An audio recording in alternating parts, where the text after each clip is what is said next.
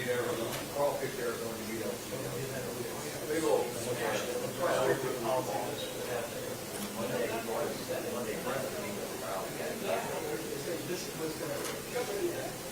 Oh.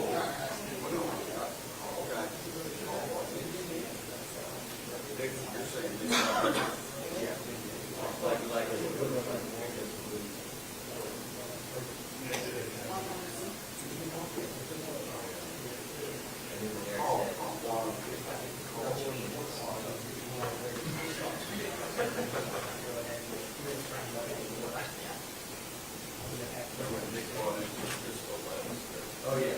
They were terrible. Yeah. Yeah. Like a Western.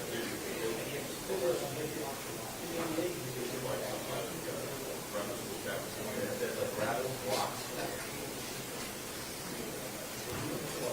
Tastes like Subway bread.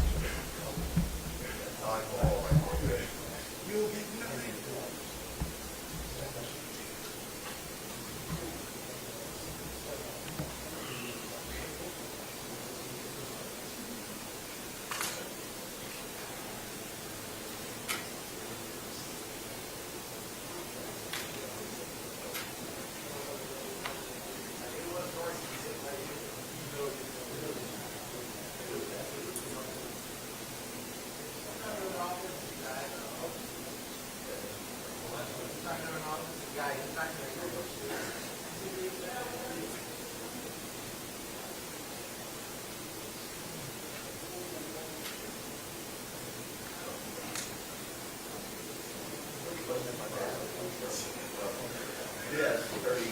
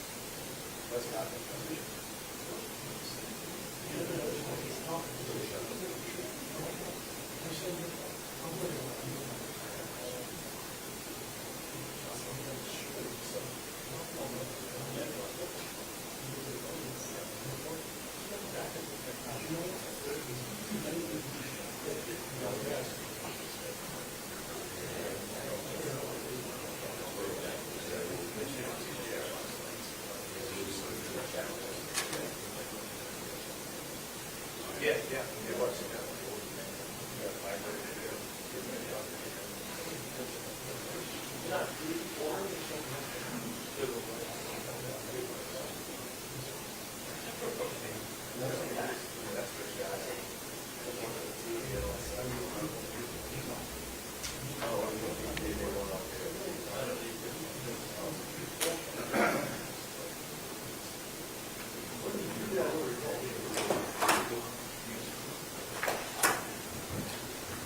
Afternoon.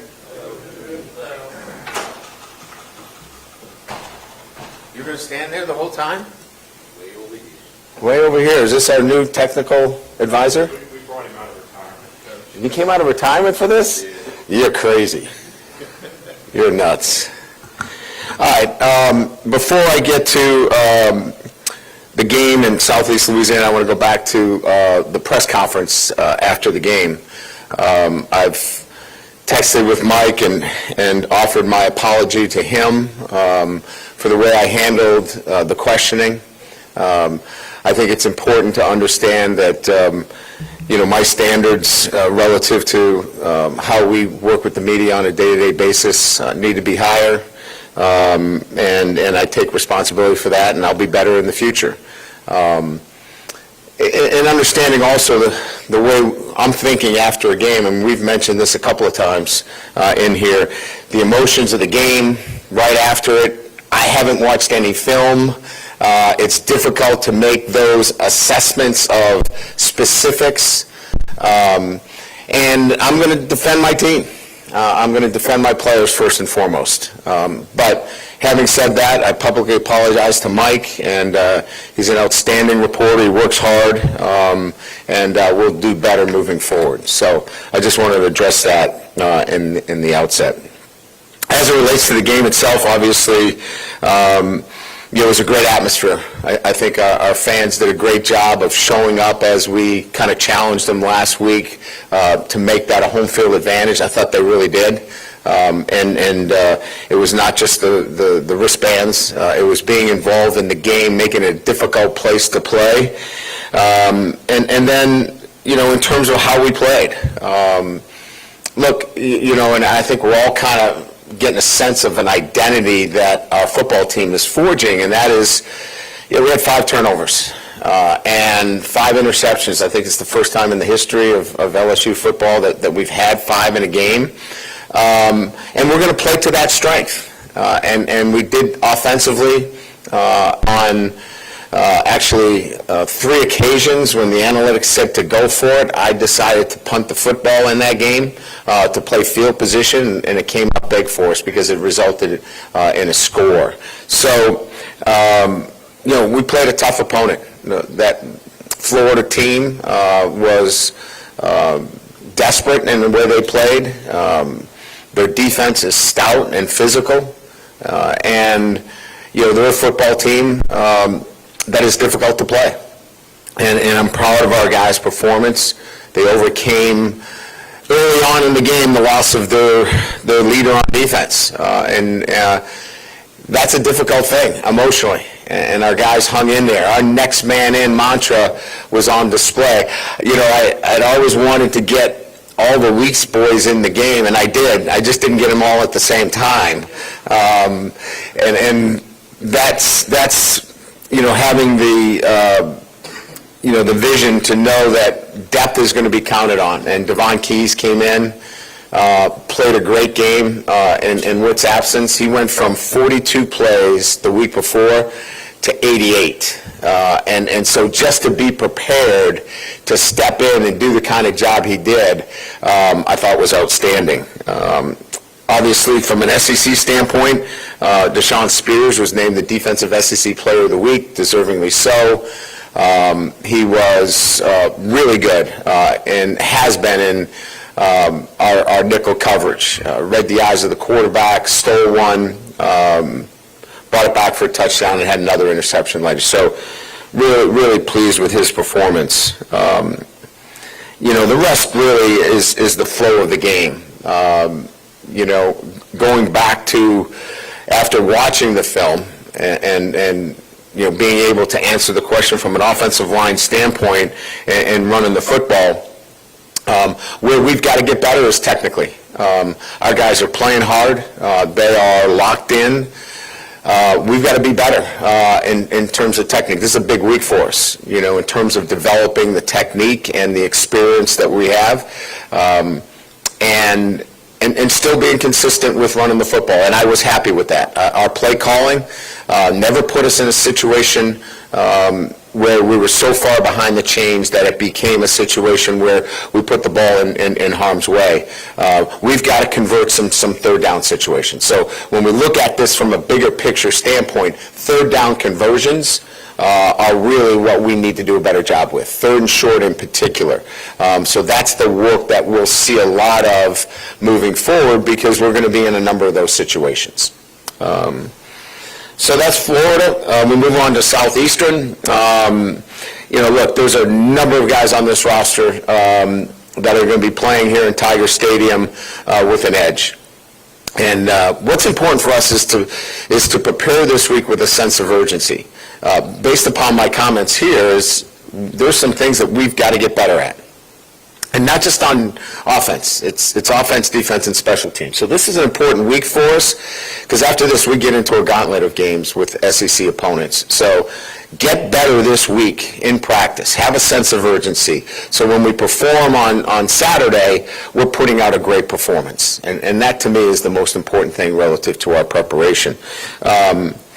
Coach Southwell, I've known for a long time. He's an outstanding coach. He's certainly well acquainted with the state of Louisiana, and certainly they're coming off a nice victory this past weekend against Mississippi Valley. You know, again, they run a couple of quarterbacks. This is an offense that you know, we're going to need to be one-dimensional.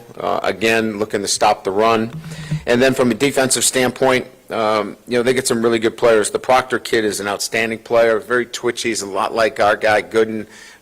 He is active, tackles for a loss, and you know, Reno, the linebackers all over the field. So they've got good players. They're going to be excited about this opportunity. We have to work on ourselves this week with that sense of urgency and working on the technical part, the tactical part, so we put a great performance together on Saturday. So we'll open it up to questions. Following up on two of the things you just talked about with the offense, how do you get better technically up front, as you said, and when third down, what's the approach to try to fix that at this point right now? Well, our efficiency has been pretty good. I think it's more specific about short yardages.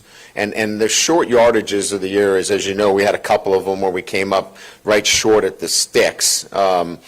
I think that's just continued to have an emphasis in our week of preparation on short yardage inventory plays, right? Because last year we were going for it on fourth down. That's my whole point. Last year we were taking the analytics and running that as a third and a fourth down play. So if we got to, you know, 4th and 1, we were going. You know, but this year I'm playing it a little bit different based upon the strength of our defense. Last year we needed to score more points. Now, as we move forward, we're going to need to do both, right? So I think that that's really about how we operate in the week of practice in terms of developing an inventory. These are our plays. This is what we're going to look at in third and short situations. We just have to continue to develop. We're playing a redshirt freshman at right tackle. And, you know, we're playing a group of guys that are playing together. Paul hasn't played a ton. Cohen hasn't played a ton. Tyree hasn't played a ton. So these are guys that are still growing and developing. And I said this after the game, I'm bullish on this group. I think they're going to be really good. As we can continue to develop, they're going to be a good group, but we got some work to do. Coach Garrett Nussmeier, are there some mechanics and things that maybe he's gotten away from that he needs to refine a little bit, or what do you see out of him? You know, I'll be honest, and I wasn't going to get into this, but with you guys I will. You know, he's been slowed a little bit with a torso injury, and he's fighting through it, and he's getting better. And he's not going to be able to really shut it down until we get to the bye week. And I'm not saying that has had any of his troubles. I think he is a symptom of what I just answered from Wilson in that, you know, we're not ripping it, you know, on fourth down. You know, we're taking some plays away from him as well. And he's done a really good job. I think he managed the run game as well as he has all year. We got to let him get the ball out to the playmakers. That would be more of what has to happen. And then we've got to keep him healthy. That's the most important thing. You mentioned after the game that you might use more I formation. You don't have a fullback on the roster. So what do you do at fullback? Well, I mean, when we're fully, you know, loaded relative to our personnel, you know, you can use your tight end in that position. And a lot of times he is today. Matt, the tight end in the NFL really is the fullback. Very few have a fullback on the roster unless he's just a, you know, outstanding special teams player as well. But the point I'm making is we need to get into formational looks that allow us to have the best success in third and short when you know everybody in the building knows you're going to run the football. And so whether that's a fullback or whether that's two backs in the backfield, whether that's, you know, running the quarterback, all of those things have to be on the table. Pyburn looked really good at fullback. I don't think we're going to change his role to just fullback, but certainly could play on both sides of the ball. I have a question about the defense. Yeah. Just can you kind of clean some things up with Witt? Is he available? And then just elaborate a little bit more on West. And then the rest of that room, how much they did step up and kind of hold the rope there. Yeah, I think, Witt's situation is kind of what I talked about, right? And had a conversation.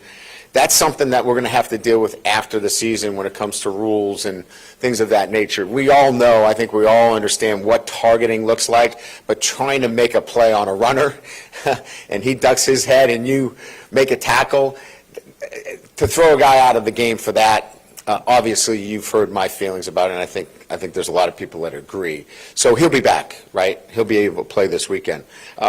West was a calf injury. I said to our staff in the meeting, to Blake, it was a gastroc injury, and he's a Tulane grad, but he still didn't know what a gastroc was. So I thought that was a good thing for a defensive coordinator not to know that.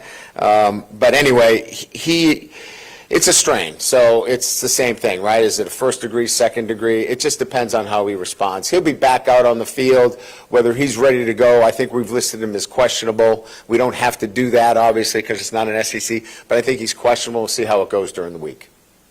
And finally, I'm sorry, look, I'm piling on, right, to your question. But you mentioned about depth, right? And I want to mention him again. Devon Key's coming in. Tylen Singleton coming in. Those guys had to step up for us in a big moment. We got a lot going on. We're calling blitzes, simulated pressures, and those kids did a really nice job. Coach, with Garrett and with the passing offense in general, how much of what you guys are trying to do with the passing offense is also kind of a reflection on the state of your offensive line and, wanting to help those guys as they, try to gel and come together? Yeah, look, I would be honest with you. We didn't give up a sack, and that is a really good defense. That is a really good defense. So I'm pleased there. I mean, if we need to go out there and throw the ball 50 times, we're capable of doing that. I'm not sure I want to play that way, nor do we have to. Now, there's going to be some times in the SEC we're going to have to score more than 20 points. Let's get that straight. I think we all know that. So this is about continuing to develop the areas that need that work, and it's our running game. I believe we can throw the football every down if we need to, and I believe that we can protect effectively. So this is really about trying to work on your weaknesses and develop them as we go through this week and moving forward. No specifics, but are you happy with the start of your 2027 recruiting class? Very much so. Yeah, very much so. It gives you a glimpse at, obviously they watch our defense play. A lot of those guys, the defensive commits were there. Obviously, we have some offensive commits there that are exceptional, and I still think there's more out there for us. So pretty excited about the momentum. Brian, your offense this year has probably been at its best with a little bit quicker tempo and no huddle. How do you decide how to balance that without wearing your defense out? It's a great question, and we felt the same way, right? That maybe we were trying to be too perfect, right, in our play calls. Let's just go play. Let those guys get the ball in space and play. And the same thing with Garrett, doing a little bit too much, checking every play. He's so smart. I mean, he can manage the whole thing, but sometimes, less is more. And I think as you continue to go, into the fourth week, we're developing what that identity should look like from an offensive standpoint. Obviously, there's a lot of aspects on offense, coaches, players, and whatnot. But for those who are critical of Joe Sloan and the job he's doing as the offensive coordinator, what would you say to them? Yeah, I had to answer questions of being critical with Blake last year, right? I mean, he is doing what he's asked to do to manage the games the way we need to play. We have a top 10 defense, I believe, in the country. And we need to play to that strength. And so sometimes you have to pull back a little bit here and there. He's being a great coach from that perspective. Because, look, offensive coordinators, they want to score points too. But sometimes I'm tapping the brakes here a little bit in those situations, because that's going to be the identity of this football team. Going back to the targeting situation. Yep. Should there be the equivalent on that, like you have in basketball, of a flagrant 1, flagrant 2? Stop making sense. I feel the same way. Here's what happens. When that argument is made, right, unfortunately, on the other end, they immediately say, well, targeting is down, concussions are down. But a guy sat out a game, and I don't know how to coach him differently. I don't know what to tell him to do differently. And you're going to throw him out of the game. That makes no sense to me. So I think common sense at some time has got to get involved in targeting. And if common sense gets involved, maybe we'll get an answer. Are you one who has, you typically push for rule changes in your career? Have you done that a lot? And is this something you can push for? This is a story that I'll talk to you off the record. But I have been very vocal on this issue, and to the point where they know where I stand. And so I think this is really a discussion that's going to have to take place after the season, when, I'm going to say it again, like-minded people that have common sense look at it and go, okay, that's not what really targeting is.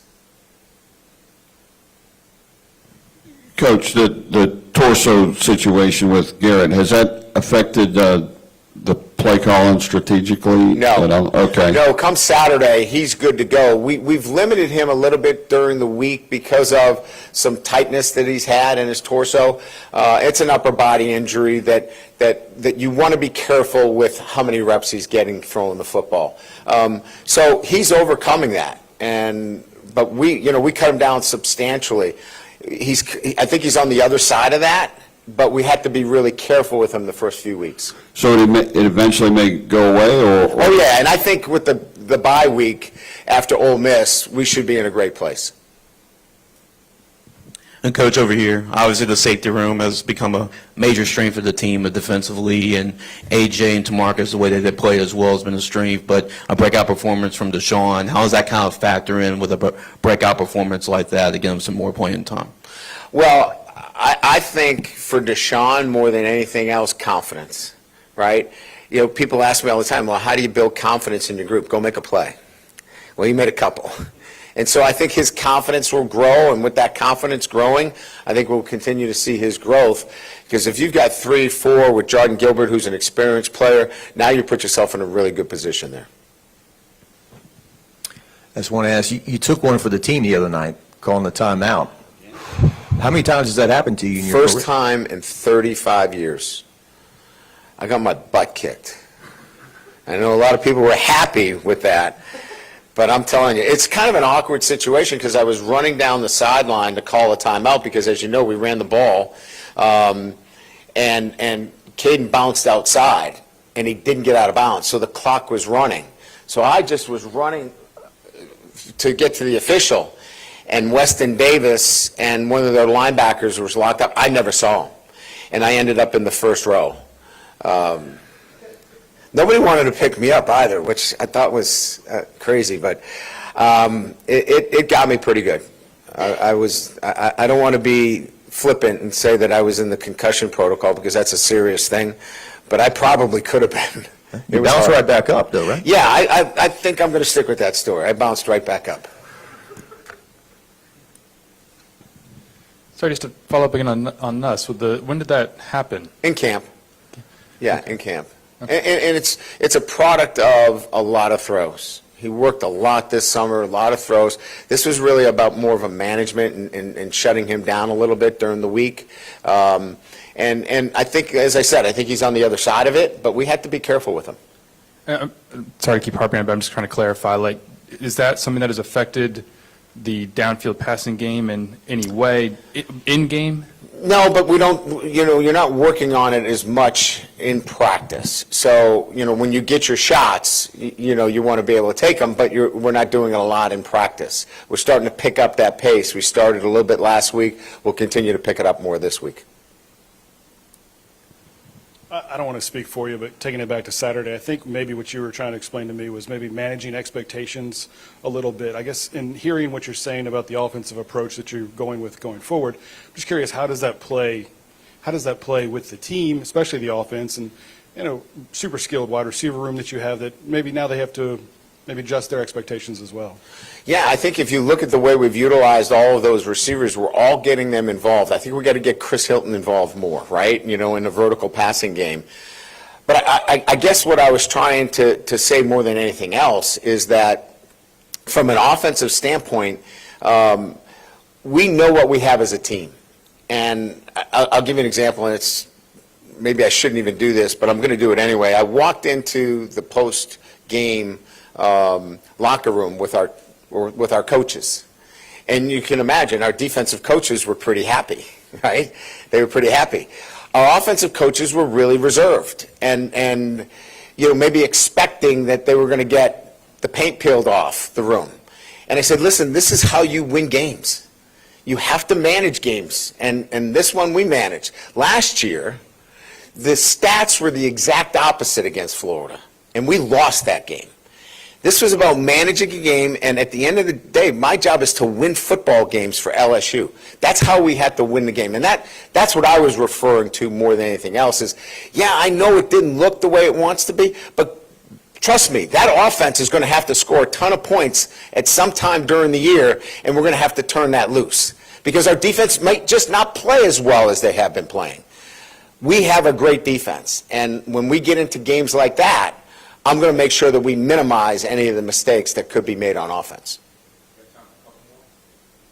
You kind of just alluded to it, but did last year's result at Florida, in particular their defensive pressure, affect your game plan going in, or is the way the game played out strategically just because of how the game was playing out? I'll give you an example. Going into the game, they played 3 down 4% of the time. In this game, they played it 54% of the time. We have to be able to learn on the run and adapt, and we have some young guys that are playing for the first time that are learning and adapting as they go. Now, that's on coaching too. Like when I go in there and you tell me that 4% of the fronts are over Joel, which is their 3 down look, I'm like, okay, well then that should be reflected in how much they see it during the week, right? We saw it almost 54% of the time. And there were some things that we struggled with the 4 technique. The 4 technique is hard to cut off. The 4 technique is hard to double team up to the next level. That's on us. As coaches, we got to be better in those situations. But our guys are going to be better because they're learning those things and adapting to those things on a day-to-day basis. Specifically with the downfield passing attack, how has it been a little bit more difficult to sort of generate that given just the state of this developing offensive line? No, I really, in answering your question earlier, I'm really pleased with our protection. I think it's a strength. The 2 tackles are really good. Their kick slide, their ability to stay square, those were really good ends. I mean, they're SEC top-tiered players on that defensive side of the ball. That's a rugged group, as good as we're going to see. They're rugged. Clemson was really good, too, and we protected the quarterback well. So it's not really about an issue, Koki, of we don't feel like we can protect them. I think it's more about, I think we're trying to be perfect, and we don't have to. Catch it, get it out, let's go. And a little bit more of that, I think, is what we should be about, and then we will be. Good, thank you. Thanks, Mike. Appreciate you.